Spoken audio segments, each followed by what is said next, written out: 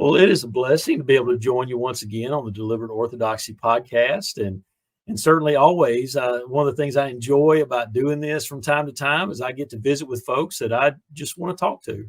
And sometimes that's the only way that I can kind of get them off to themselves and visit with them a little bit, learn about what's going on in their lives, and learn a little more about them. And so I'm going to be visiting with someone that I have known for a long time, Mr. Kirk Jones, Pastor Kirk Jones. And I have known Kirk both up close and also from afar for quite some time. As a church planner and also as a pastor, as I've seen he and his wife just grow in ministry and continue along together. And we have some things in common. We kind of fell out of the same tree somewhat in terms of our ministry context is when we were called to ministry. Both of us were ordained at Cook Baptist Church. And so it's a pleasure to have Kirk on here with me. And Kirk is our newly elected Louisiana Baptist Convention president. And certainly, I know there are many that want to get to know you a little better, find out who is this guy that we voted on and voted for, here about a month ago. And so, Kirk, why don't you just introduce yourself? Tell us a little bit about your ministry context and about your family. All right. Well, Paul, thanks for having me. I'm excited to share with you today, visit with you, catch up a little bit. Well, my wife, Wendy, and I moved to Prairieville in 2001 to plant a church sponsored by Struma Baptist Church out of Baton Rouge, supported through the cooperative program and the convention. And so we've been here ever since. That's Fellowship Church. So we've been here now 24 and a half years. 6 months after we got here, our first son, Daniel, was born. He's our oldest, and Daniel is a student at Louisiana Tech. He and his wife live there in Ruston, Cassidy. They've been married for 4 years now, and Cassidy is graduated from Tech and is works with special needs kids there. Daniel is also in the Air Force Reserves out of the Little Rock base, and so he deployed. So he's, still in school, but going to be finishing up. And then our next is Melanie. Melanie is a junior at Louisiana Tech there in Ruston, where she's in biochemistry pre-med. She's a great student and a brilliant young lady. And she's been, dating the same young man since she was a senior in high school. So I would assume he'll be a part of our family sometime. His name's Barron Cozy. He might see this now. Don't put any pressure on him. So I can't put pressure on him about that, but I would assume that. But they're both students at Tech. And then our youngest is Kara. She is a freshman at Louisiana Tech. So they're all at Tech, living there in Ruston, where my family is from, and my dad and my sister and their family still live there. But and they all go to Cook. Where I was licensed and ordained and grew up, was baptized, and felt my call to ministry there. So they're all part of that church there in Ruston, and so that's our family. It's we're in the new world of empty nesters. Wendy. Oh, wow. Yeah. Wendy's a school teacher. She is at a new school this year, new charter school, but yeah, she's a teacher, and so that's kind of our. We're here at Fellowship and been here the whole time, and God's done a lot of great things here, and we're grateful for that. So awesome. Well, that's good. That's good. I appreciate you sharing that, kind of introducing yourself and your family. And you moved off to South Louisiana, planted a church, and now here all your kids are back up here, in Ruston. That's amazing. That's amazing. Yeah. It makes it a little easier though for Christmas and those things when you come see your dad and all that. Yeah. So yeah, it is interesting, they, I love Ruston. I love being able to be up there, and that's where I hunt and that area, all that. They're all doing well there. That's all great.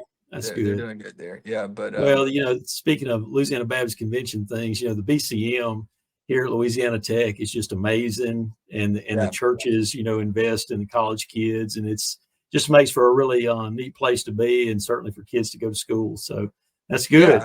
That's good. Yeah. Well, Yep. yeah, just, one of the things that, of course, a lot of folks, this may be the first time that they've ever, even, you run for the Louisiana Baptist Convention president. It's not like you get up there and give a speech or something. You don't I didn't do really, anything you at the don't, convention. there's no interview whatsoever. Others, No. if you've never been to the convention, folks may not know this, but someone nominates you, and they kind of give a speech on your behalf. They tell about a lot of the things that you've done and those kind of things, but no one really hears from you. And Nope. so, I think of the things that people normally want to know. You've already mentioned that you grew up here in Ruston and you went to Cook Baptist Church, but would you tell us just a little bit about your personal testimony and journey to faith? Sure. Yeah. Yeah. I grew up at Cook Baptist Church. My parents started going there in 1976. I was born in 75. Hmm. Um, no, they started going in 1975, like the year I was Yeah. born. They started going. They had just moved to Ruston. Um, they had not really been active in church as a married Hmm. couple before that, and just actually the person they rented their house from basically said, "I'll see you at church tomorrow." There you go. Don Yeah. Love, Oh, yeah. I know. yeah, Yeah. and so they went, and God really began to work in their lives. They were already believers. Hmm. Um, my mom was probably stronger in her faith. I think she had gone to church more than my dad had as an adult. But anyway, I mean, they got committed, and I just grew up. We did everything, so like, and that included me kind of learning about the convention. I mean, I grew up Yeah. as a royal ambassador. I learned There how to you do go. my best to be a well-informed, responsible follower of Christ. And There you and go. Have a Christ-like concern for all people. Learn how. that's Oh, right. yeah. And I'm keep right there myself with clean you, and man. healthy and mind and body. Yeah. Yeah, we There know you we know go. There the you go. pledge. And so, That's it. I grew up, you know, in church. My two older sisters, my two sisters are older than me, Denise and Rachel, and they both became believers and were good Hmm. examples for me. So just kind of grew up with that. Um, it's an interesting kind of, like I was a kid who was in trouble a lot. Like that's Yeah. kind of part of the story. Like I was just always in trouble. I was, even at church, I was in Hmm. trouble. Yeah. And, somewhere in there, I just, out of the testimony of a coach that I Hmm. had played for that was a member at Cook, spoke one night on Wednesday night at Children's Church, Coach Forney, and Hmm. shared his testimony and about his brother who had come to know Christ and had passed away. And I just realized, like, I need you. Like, I Yeah. need this. And so I went home that night and talked to my mom and my dad. And, my mom really, I think, kind of led me in prayer and helped me. And I mean, I gave my life to Christ and it was very sincere. I was 8 years old. So, I gave my life to Christ with a full understanding. But probably like a lot of young people who are saved at a young age, you hit those middle school years and Oh, you're yeah. really growing, you're becoming. And so like, I think rededication is probably a good concept. And what I think it really is it's a further dedicating yourself. Like there's more Yeah. to you as a 12-year-old than there was as an 8-year-old. And you have to Yeah. learn how to give that to the Lord, right? So I went through some ups and downs, but I Hmm. had a friend who moved to Ruston, Charlie Ham, Chuck Ham, Hmm. Yeah. um, and he was on fire for Christ and really became a big influence in my life. And I started being active in my faith. And as a 13-year-old at the Youth Evangelism Conference in Alexandria, I gave my life to Christ, to ministry. I surrendered to Yeah. ministry. I was being taught how to share my faith, how to witness. I mean, my parents Hmm. went out every Tuesday night for evangelism. They were active in all of that. And, the first youth evangelism conference the year before, we had actually gone out door to door and I had led Yeah. someone to Christ. And I just felt this call to ministry. And I wrestled with that through high school. Hmm. It's not the coolest thing in the world when you're 15 to No, tell it's everybody you're not. going to be a pastor. That's right. And I struggled with it. I struggled with, Hmm. I rebelled in some seasons up and down. I wish I could go have those days back, Oh, to absolutely. live for the Lord in those days. But, Yeah. I just kind of had some ups and downs. But my senior year of high school, I really began to be committed to what it meant, and um, went to Louisiana College. Kind of Hmm. last minute decision to go there. Ended up getting a pretty decent scholarship, so helped me go there. And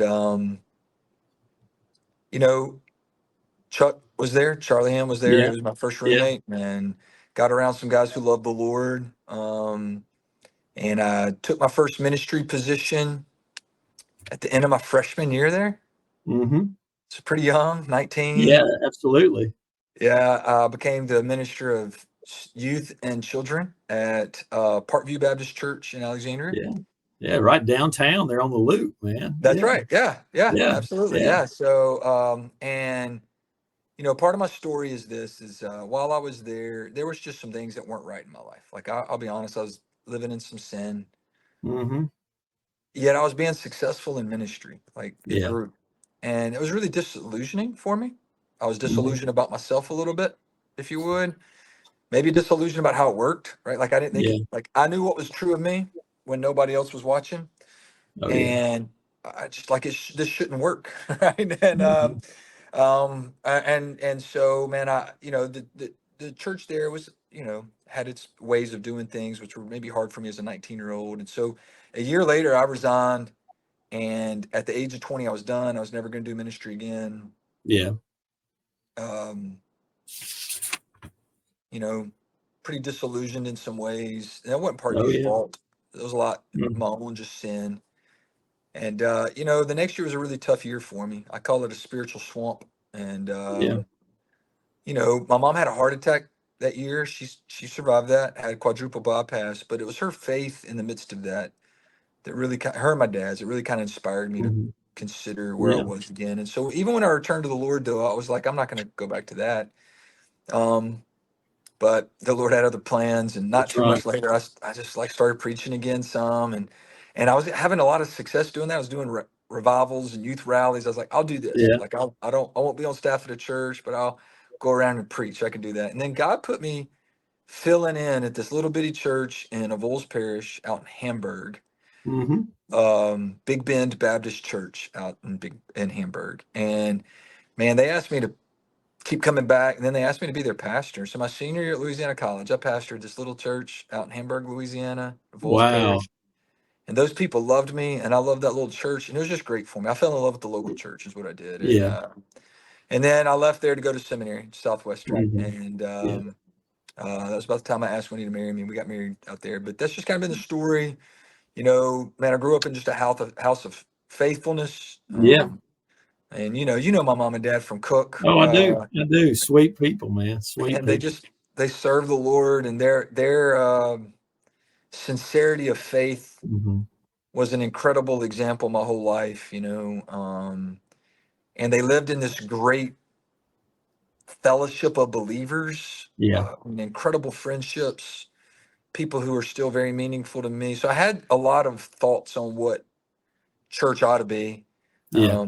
but learning how to lead in it was different, and I struggled with that for a little while. But yeah, that's kind of my story. Yeah. And the Lord worked early in my life and has been very faithful to me in that, like He is to all of us. And He's Absolutely. Well, been way more faithful to me than I have been to Him. oh So, yeah, absolutely. Well, funny story, and we won't chase this rabbit too far, but just thinking about being here in Ruston and thinking about your parents. We have a guy in our church who really my connection with him was I pastored down in Franklinton, and he was right. from Franklinton originally, but he went to Louisiana Tech, and he has worked all over Texas in corrections, and he retired back here to Ruston, and he came to our church. He's 62 or 63 years old. And anyway, your parents were his adopted parents when he was at Cook Baptist Church going to Louisiana Tech. No And way. so you were What's his name? you were tiny. You wouldn't remember his name was Philip Bickham, and your sisters might remember. He talked about Philip Bickham. um, Yeah. Does he have a nickname? I don't know. Yeah, I think he does. He doesn't still go by it. I don't know what it is I now. think I think we called him Pickle.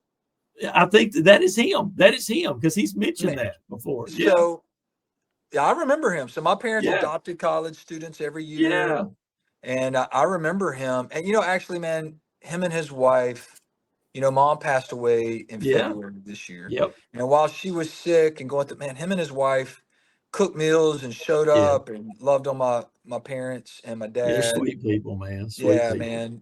Yeah, they're, That's yeah, mom. Yeah. really blessed with just incredibly faithful Yeah. parents for sure. Well, it's Just just cool to see, love the Lord. faithfulness over a lifetime, just in you and your sisters and your children. And it's just amazing. But anyway, that's not really what we're out here to talk about No, today. no, but But it's just the glory of God, in right. generations and the legacy of faith being passed down. And like I said, things that, just full circle type things, like that. It's just amazing. But yeah, Yeah. but when Philip moved back here, the first thing he asked me, "Do you know Richard Jones?" I said, "Yeah, oh yeah, I know Richard Jones." So he reconnected pretty early, I think, with your mom and dad. They Yeah. came back Yeah. here. I think they did. Yeah. They reached out to Yeah. mom and dad, and yeah, Well, those are